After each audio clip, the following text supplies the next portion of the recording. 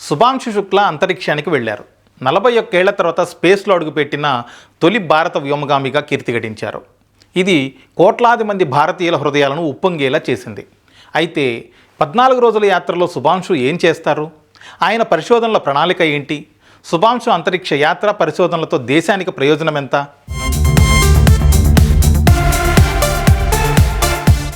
రాకేష్ శర్మ అంతరిక్ష యాత్ర చేసిన 41 ఏళ్ల తర్వాత స్పేస్కు వెళ్ళిన భారత వ్యోమగామి శుభాంశు శుక్లా అక్కడ ఏం చేస్తారు?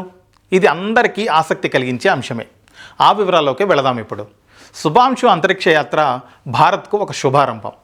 అంతరిక్ష శక్తిగా ఎదగాలన్న మన దేశ సంకల్పాన్ని బలంగా చాటుతున్న ఘట్టం. ఈ యాత్ర భవిష్యత్తులో దేశానికి ఎన్నో ప్రయోజనాలు చేకూర్చబోతోంది. 2022లోనే భూకక్షలోకి వ్యోమగామిని పంపాలని ఇస్రో ప్రయత్నించినా అప్పట్లో కుదరలేదు. అయినా మొక్కవోని దీక్షతో కృషి కొనసాగించిన ఇస్రో గగన్యాన్ మిషన్ ద్వారా 2027లో అంతరిక్షంలోకి వ్యోమగామిని పంపేందుకు సన్నద్ధమైంది. ఆ లక్ష్యం నెరవేరడానికి యాక్సియం 4 మిషన్ తోడ్పడుతుంది.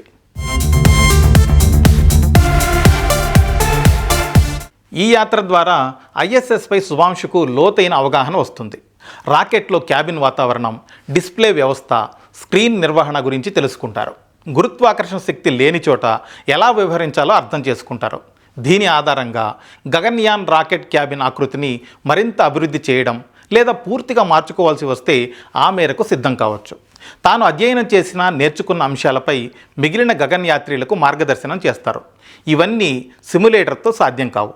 ఇక పెద్దగా పరిచయం లేని వాళ్లతో స్పేస్లో 2 వారాలు కలిసి ఉండడం ద్వారా ఎలా సర్దుకుపోవాలో శుభాంశుకు తెలుస్తుంది. ఈ యాత్ర కోసం వివిధ దేశాలతో జరిగిన చర్చలు దౌత్య సంబంధాల మెరుగుదల, సాంకేతికత బదిలీకి ఉపయోగపడతాయి.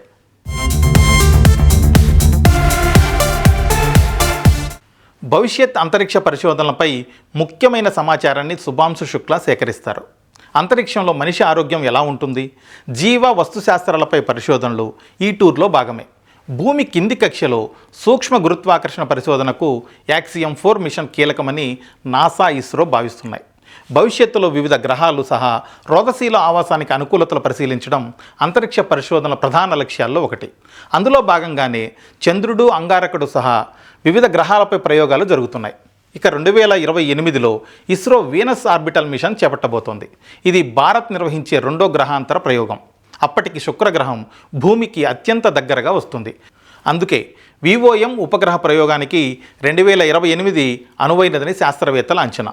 భూమిలాగే శుక్రగ్రహం ఆవాసయోగ్యంగా ఉంటుందని శాస్త్రవేత్తలు చెబుతున్నారు. శుక్రగ్రహ ఉపరితలం, వాతావరణంపై సౌర ప్రభావం సహా వివిధ అంశాలపై పరిశోధనలు చేస్తారు. అలా శుభాంశు సాధించే అనుభవం భారత్కు అత్యంత కీలకం కాబోతోంది. కర్ణాటక, కేరళ నుంచి కొన్ని రకాల విత్తనాలను శుభాంశు శుక్లా అంతరిక్షానికి తీసుకెళ్లారు. ధార్వాడ వ్యవసాయ విజ్ఞాన విశ్వవిద్యాలయం యుఏఎస్ సూచనలతో పెసలు, మెంతి గింజలు పట్టుకెళ్లారు. ఇక్కడ ఒక ప్రత్యేక డబ్బాలో ఉంచి 2 రోజుల పాటు నీళ్లు పోయడంతో ఆ గింజలు మొలకెత్తాయి. వాటిని ఐఎస్ఎస్కు తీసుకెళ్లిన శుభాంశు స్పెషల్గా తీర్చిదిద్దిన శీతల డబ్బాల్లో పదిలం చేశారు. అలాగే రోజు అక్కడ నీళ్లు పోస్తుంటారు. అంతరిక్షం నుంచి వచ్చాక ధార్వాడ వర్సిటీకి వాటిని అందజేస్తారు.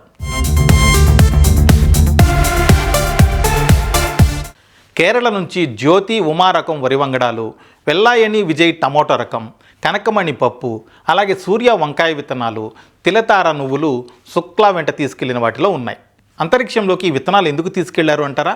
ఎందుకంటే ఐఎస్ఎస్ సూక్ష్మ గురుత్వాకర్షణ వాతావరణంలో ఉంచి తిరిగి భూమికి తీసుకొచ్చాక విత్తనాల్లో ఏర్పడిన జన్యు మార్పులను అధ్యయనం చేస్తారు.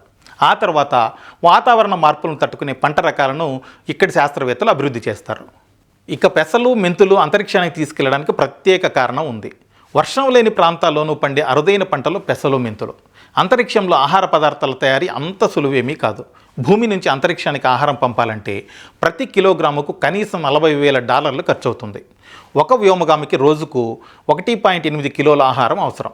అక్కడికి ఆహారాన్ని పంపడం, భద్రపరచడం, తినడం కూడా చాలా సవాళ్లతో కూడుకున్న పని. ఈ పరిస్థితుల్లో ప్రస్తుత ప్రయోగాల సఫలమైతే ధాన్యం, గింజలు, మొలకలతో అంతరిక్షంలో ఆహార సమస్యకు కొంతవరకు పరిష్కారం లభించే అవకాశం ఉంది.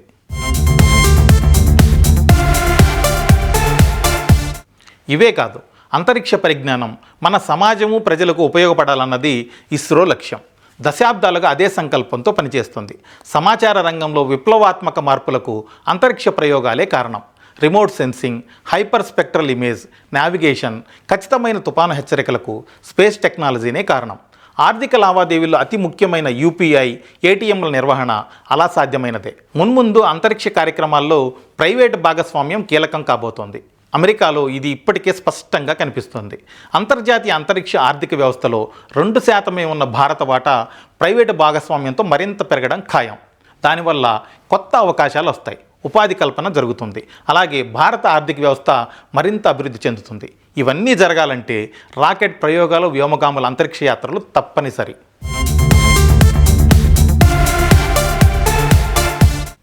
అంతేనా అంటే ఇంకా చాలానే ఉంది. సమీప భవిష్యత్తులో శాస్త్ర పరిశోధనలు, ఖనిజ వనరులను తవ్వి తీసుకురావడానికి అంతరిక్షంతో పాటు చందమామ, అంగారకుడిపైకి యాత్రలు చేయాలని చాలా దేశాలు ప్లాన్ చేస్తున్నాయి. ఏఐ, క్వాంటమ్ టెక్నాలజీ, శుద్ధ ఇంధన రంగాల్లో అమెరికా, చైనాతో పోటీపడే స్థాయిని భారత్ అందుకోవాల్సి ఉంది. అంతరిక్ష పరిశోధనలో మాత్రం ఆ దేశాలను ఢీకొట్టగల శక్తి ఉందని ఇప్పటికే చాలా బలంగా చాటింది. గగన్యాన్ ద్వారా అంతరిక్షానికి భారతీయుల రాకపోకలు మొదలయ్యాక చంద్రుడు, అంగారకుడి పైన మానవ ఆవాసాల నిర్మాణానికి మన దేశం సిద్ధమయ్యే అవకాశం ఉంది. 2035 నాటికి సొంత అంతరిక్ష కేంద్రం నిర్మాణానికి భారత్ ప్రణాళికలు రూపొందించింది. 2040 కల్లా చంద్రుడిపైకి భారతీయుడిని పంపడమే ధ్యేయంగా ముందుకెళ్తుంది. ఇస్రో సంకల్పానికి యాక్సియం 4 మిషన్ తొలిమెట్టు. అంతరిక్ష ప్రయోగాలు, పరిశోధనల్లో ఇస్రో మౌన భాగస్వామి కాదు, క్రియాశీల సమాన భాగస్వామి. ఆ విషయాన్ని తెలియజెప్పేలా భారత బృందంతో కలిసి అమెరికా వెళ్లిన ఇస్రో చైర్మన్ నారాయణన్ యాక్సియం 4 మిషన్లో పాల్గొన్నారు.